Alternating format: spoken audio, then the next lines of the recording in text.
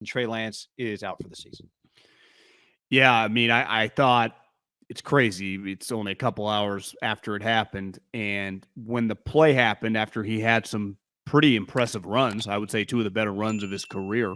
One of the runs was really just, damn, that's a really good run. He goes down, and he kind of hopped back up, and then he immediately dropped down. And then within, what'd you say, 5 minutes, the cart's out, and it's pretty clear this bad boy's over. Some pictures. You immediately text me after everyone's doing detective work. It had Dak vibes. And, if you've seen the picture now, I think you don't need to be Pro Football Doc on Twitter to know that that's basically the Dak injury. I think he tweeted that, actually. It's a good thing. No Alex Smith tibia break, and then you see the picture. It's over. And I think the crazy part about this injury specifically is it, in a weird way, listen, we were rooting for this thing to work and go well, but this injury, unlike Dak, who was entrenched as the starting quarterback, who they were already franchise tagging and he was going nowhere, it's hard to say this doesn't kind of derail his career. I don't mean it ends it or anything, but the career was already kind of weird.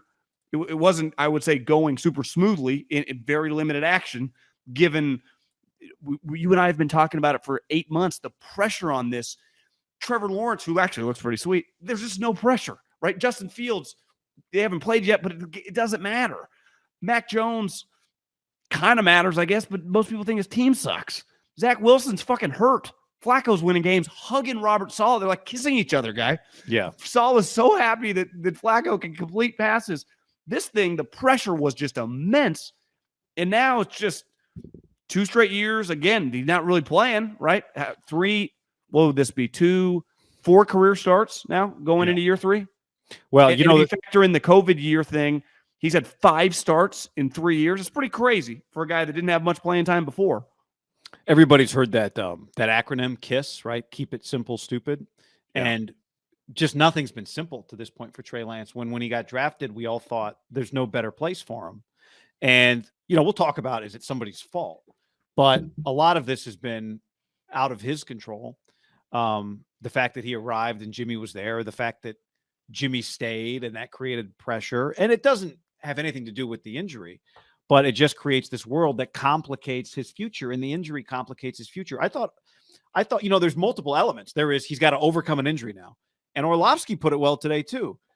He will go 3 years without playing extended football, right? That's what Orlovsky tweeted.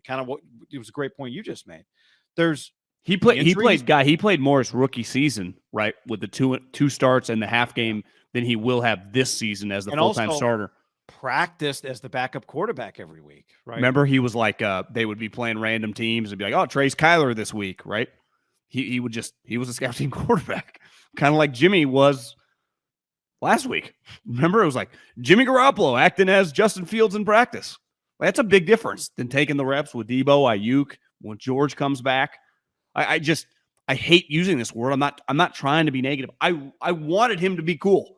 Like he clearly has more physical gifts than Jimmy. Like I'm rooting to watch a Josh Allen type, right? We think we all are in agreement there. Everyone's in agreement. They want to watch a high-end quarterback, talent-wise, with this group. But that, to me, is, I'm not saying officially over, but it is, the future now, to me, is just in complete question. And it's just, like you said, it's not necessarily, he didn't want this. We'll get into Kyle, his impact on this, how we got here. But the simple fact is we're here. Like this happened. His ankle was shattered, or maybe it wasn't shattered, but clearly pointing the other way. And his season is over. How many quarterbacks? Before he's established what he is, right? At a time that's critical in his development. This is the biggest quarterback injury of the year by far, so far, right? Yeah, I mean, Dak, it's the biggest in the sense that he's out for the year. Dak's going to come back. Oh, yeah, Dak got hurt last week. The Cowboys did win without him against the Bengals. Some parallel? Cooper Rush. That game did end, right? Or no? Yeah, they kicked the game-winning field goal. So, Zach Wilson, we'll see, got hurt at a critical time in his career, but he's going to be back. Trey is, I think we can all, there's a lot of debate that I get it, you get it from people who think we're rooting, some people think we're too hard on Trey, or that we're rooting for Jimmy to play, or that we like Jimmy too much. I've always been like Jimmy too much? Yeah, I know. But I think it's just evidence that it's a nuanced conversation. It's not black and white. We think Jimmy has a ceiling, and we wanted Trey to play, but we also questioned what could Trey get to his ceiling. What everybody, I think, can universally agree on, even if you debate, like there could be a disagreement about whether you think today Jimmy Garoppolo is better than Trey Lance. I would say yes, he gives them a better chance to win on a given day. But you think you could debate that? Like as of today, that Jimmy Garoppolo is. I think it's pretty undebatable. Like Jimmy's better player. No. Because I think all of this stuff is pretty debatable, and Jimmy has a ceiling on him. So even though I would side with the Jimmy gives him a better chance to win today, my point is for the sake of kind of proving that I just want to see the most wins, as you've said. Let's just say, I'll just ask you to accept for a moment that it's debatable who's better right now, who gives you a better chance to win on a given day. Okay. Just for the sake of argument, accept that that's debatable because people are debating it. But just accept that for a second.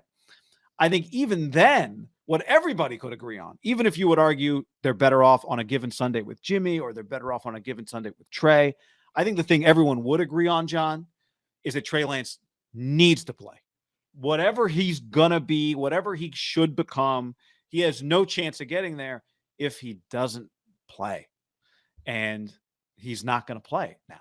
He's just not going to play. Here's the one thing we were critical. Kind of an unprecedented given his draft status, because a guy who gets drafted that high typically has played a lot in college, right? Or definitely the season before.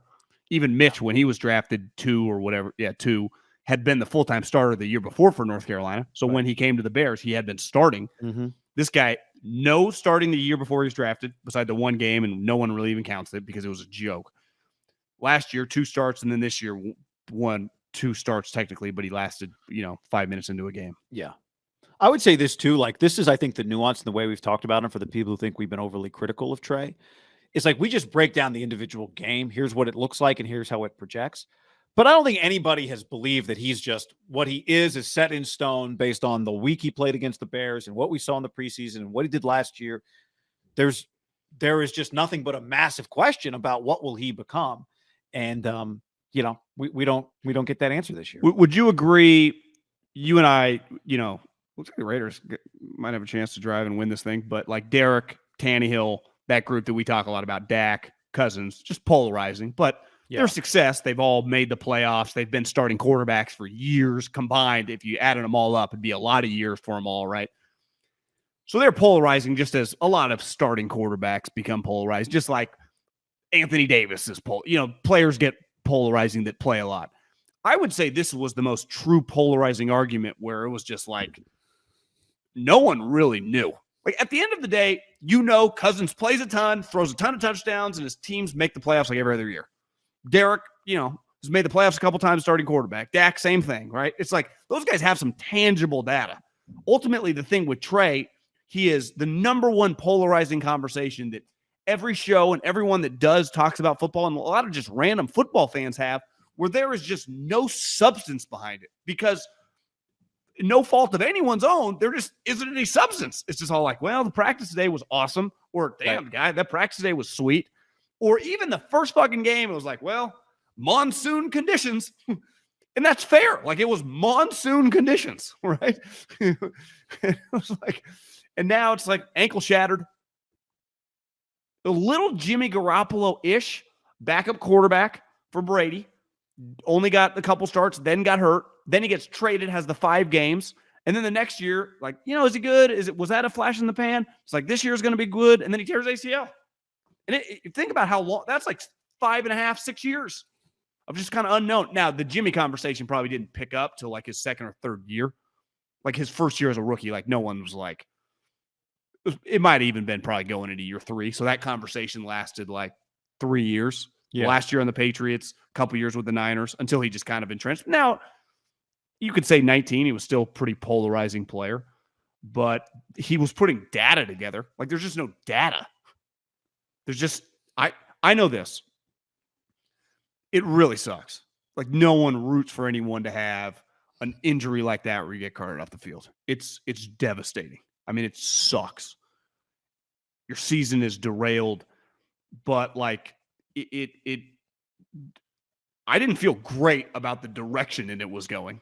And I'm just judging it off of the coach, who clearly didn't feel comfortable calling plays for this player.